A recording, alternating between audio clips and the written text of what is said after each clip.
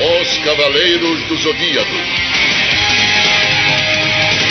Faça elevar o cosmo no seu coração. Eu sou Hermes Baroli, estou com 29 anos até julho de 2006, quando eu faço 30. E em Cavaleiros do Zodíaco eu faço Seiya de Pégaso. Elcio Sodré, 46 anos, Shiryu de Dragão. Meu nome é Francisco Antônio de Souza Bretas, tenho 45 anos e dublo Yoga. Ulisses Bezerra, 35 anos e eu dublo o Shun de Andrômeda. Meu nome é Leonardo Camilo de Sá Freire e Silva, meu nome é artístico Leonardo Camilo, eu tenho 47 anos e o meu personagem é o Ikki de Fênix. Meu nome é Letícia Rodrigues Quinto, conhecida como Letícia Quinto, eu tenho 32 anos e eu dublo a deusa Atena Saori. Eu me chamo Gilberto Baroli, estou com 64 anos e nos Cavaleiros do Zodíaco eu dublo Mestre Ares e, portanto, Saga e, portanto, Canon. Outra dimensão! No caso de Cavaleiros do Zodíaco, a gente fez a primeira dublagem em 94, se não me engano, há mais de 10 anos, eu tinha meus 18 anos de idade, então eu tinha uma sensibilidade na época. E a minha idade já era mais próxima da idade do Seiya, então era mais simples nesse caso. É um herói, no caso de... Então a voz tem uma certa firmeza, não tem insegurança, ele é o líder dessa galera toda. Então eu acho que eu fui buscar a criação do Seiya mais nesse caminho, mais nessa coisa de liderança, essa coisa de trocar com amigos ao mesmo tempo que ele tem a palavra final, né?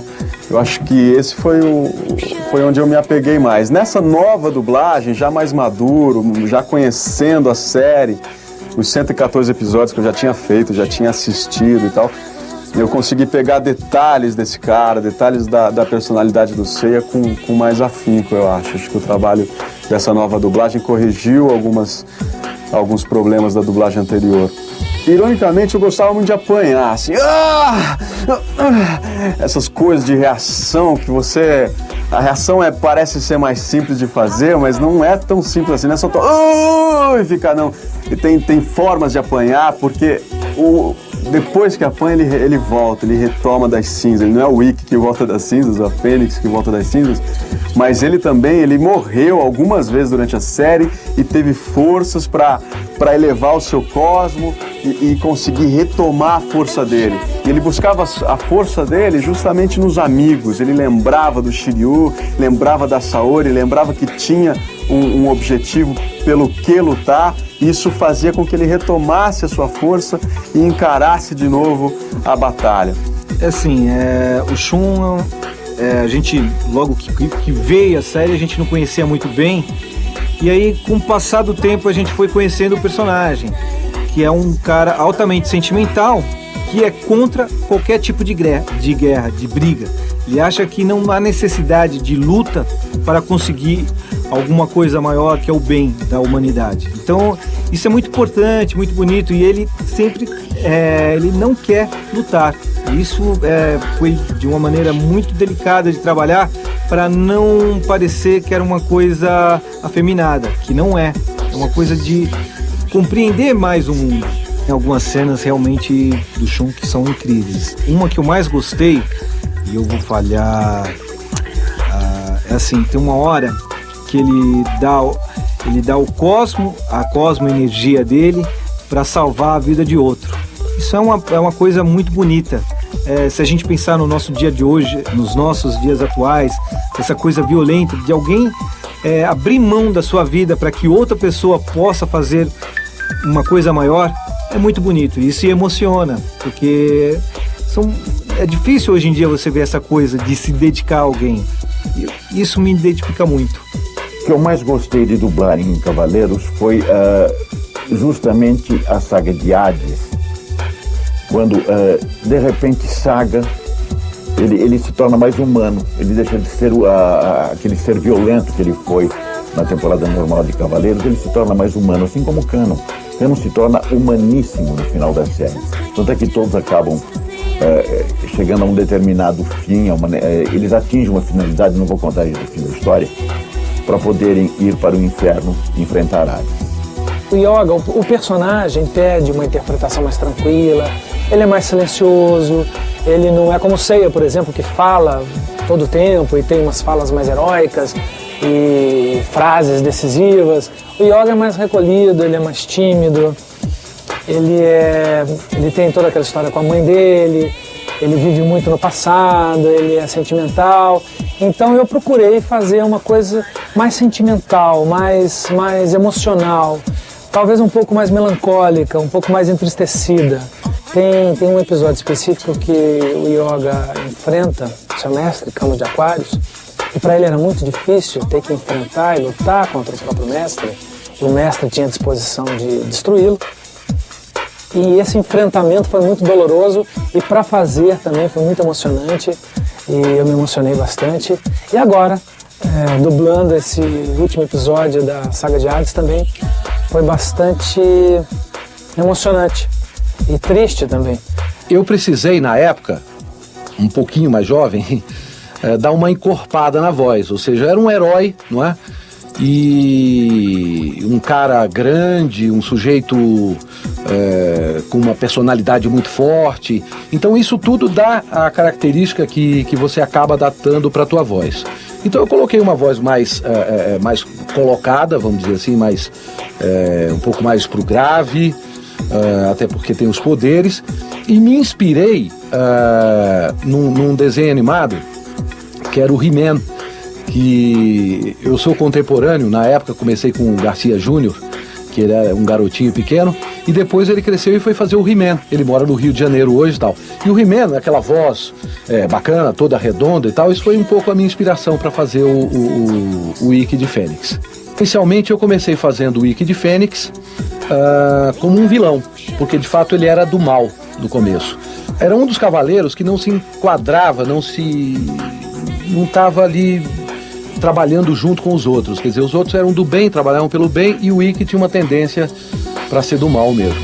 De repente, inclusive, ele maltratava muito o irmão, o Shun, e num determinado período da série ele começa então a ter mais sensibilidade, a ser um cara mais emotivo e passa a trabalhar pelo bem juntamente com os outros cavaleiros. Então eu acho que essa mudança do comportamento dele, até porque eu tinha como histórico de ser um vilão, e passa a ser então um herói, e pelo que eu tenho conhecimento, um dos heróis muito queridos aí pelos fãs, e eu agradeço por isso.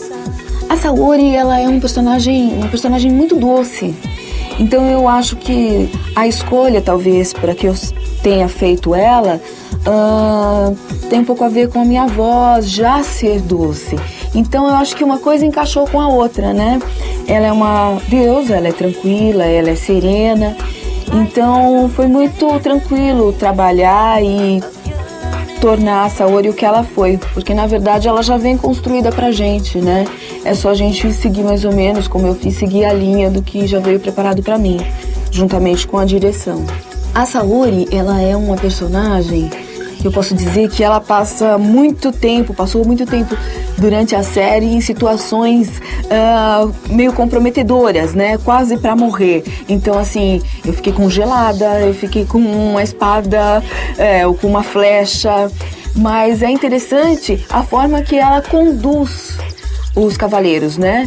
Com aquela coisa serena, ela é tranquila, mas ao mesmo tempo ela é forte, ela é determinada. Quando ela dá uma ordem, eles vão e eles querem fazer de tudo para proteger a Athena, para proteger tudo o que eles acreditam, né? E eu acho que isso é a parte mais legal. O Shiryu foi um presente, né? Não era para eu ser o Shiryu. A sorte decidiu que eu fosse. Eu dirigia a série, ajudava o Baroli a dirigir a série há mais de 10 anos, aí, quando ela foi dublada pela primeira vez. E o ator, meu colega Sérgio, que fazia o Shiryu, teve um problema de saúde depois de gravar não sei quantos episódios lá, 6, 7, 8 episódios. E não dava para esperar, tinha que mudar a voz do Shiryu. E como eu já estava ali, vai você, e eu comecei a fazer. e foi, como eu disse, um belo de um presente. Na segunda vez que foi redublada a série, né? Aí eu já fiz direitinho desde o primeiro episódio. Se eu tivesse que escolher um cavaleiro, certamente seria o Shiryu. Eu me identifico em muitas coisas com ele.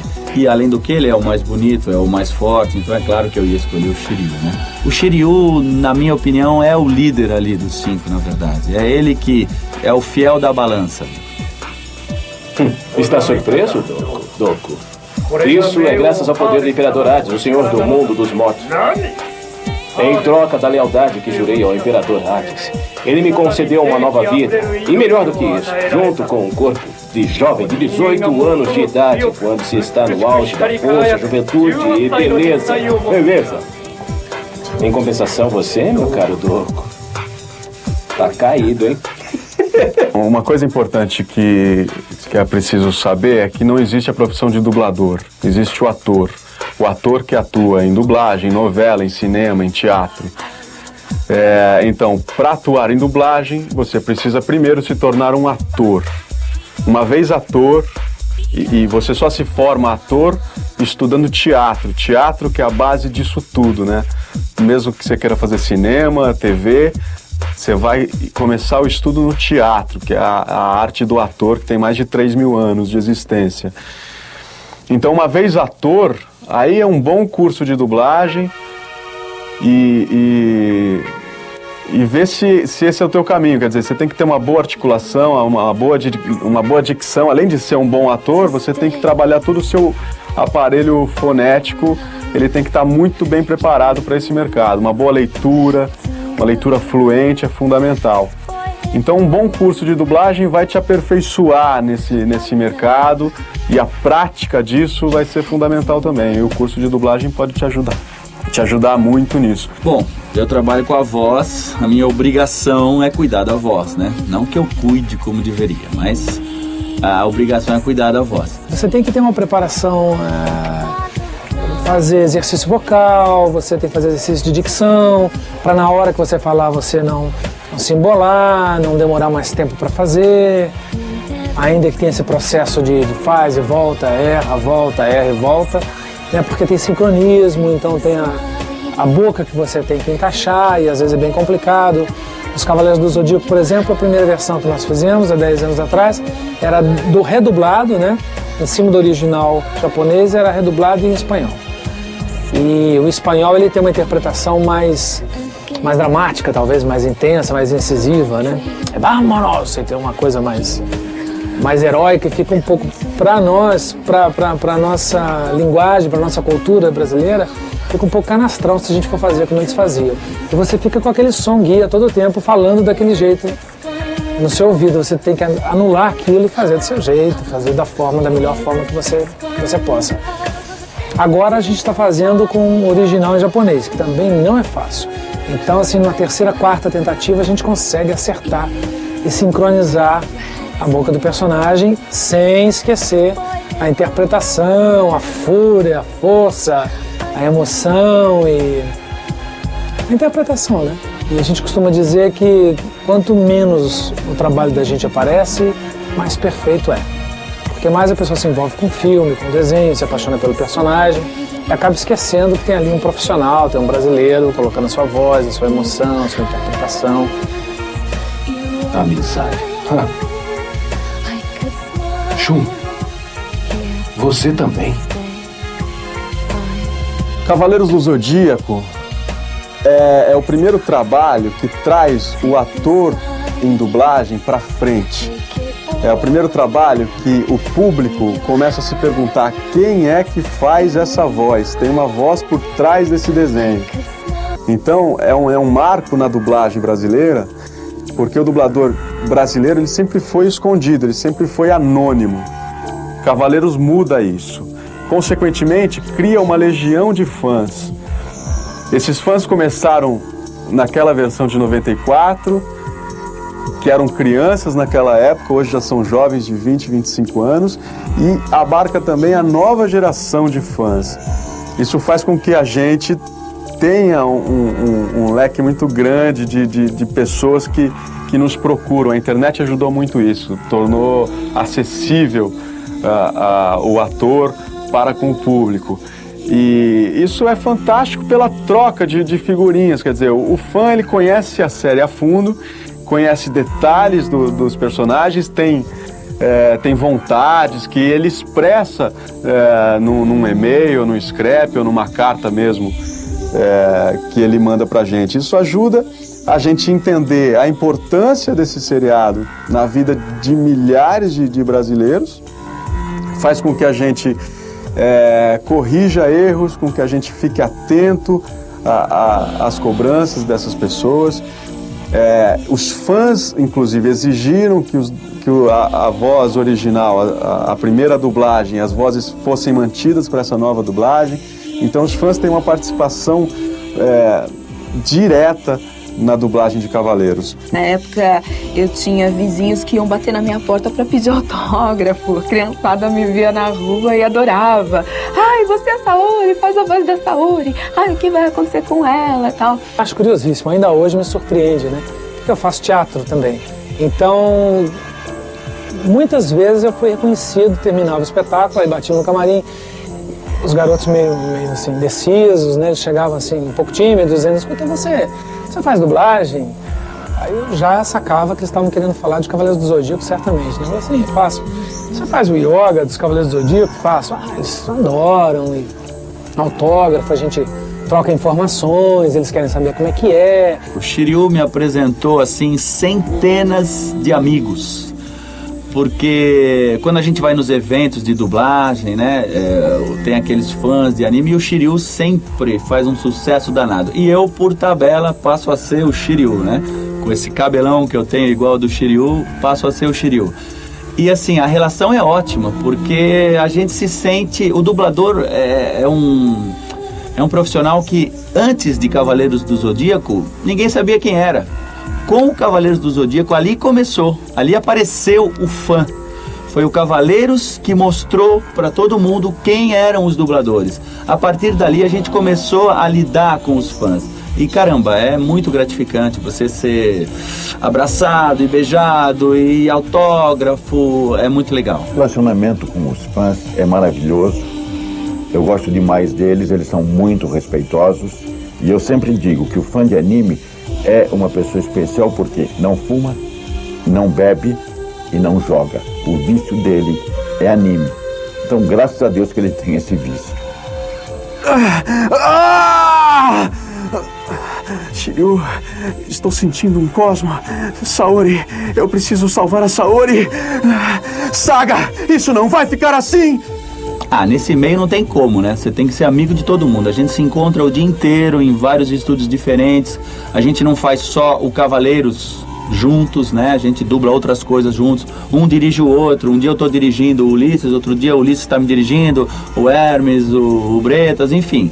A gente, graças a Deus, todo mundo é amigo, não tem rosquinha com ninguém, não tem briga, não tem nada. A gente se dá super bem. Conversa, às vezes vai na casa assistir futebol. Eu sou São Paulino, o Elcio também. A gente tira muito sarro do Léo, do Hermes, porque torce por Santos, por Palmeiras. E aí tem as outras pessoas que a gente, no dia a dia, a gente acaba se encontrando e conversando muito.